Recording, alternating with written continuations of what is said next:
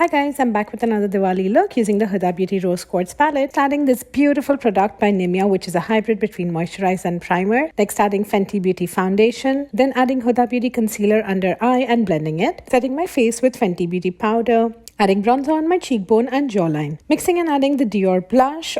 Adding this OTT highlighter on the cheek, adding brow gel to my brows and filling it in. Adding this KVD eyeshadow primer all over my eyelid. Next taking this maroon shade from the Rose Quartz palette and adding it all over my eyelid till the crease and blending out the edges. Adding the same shade on my lower lash line, then blending out the edges with the lighter shade. Blending the edges of the lower lash line too using the same lighter shade. Adding the KVD brown pencil on my waterline and the lower lash line. Taking the shade on the pencil brush and adding it to the lower lash line and on my eyelid as a liner. Taking the glittery shade on my fingertip and adding it to the center of my eyelid. Adding this highlighter in the inner corner of my eyes. That's the final look. Hope you're having an amazing Diwali, guys.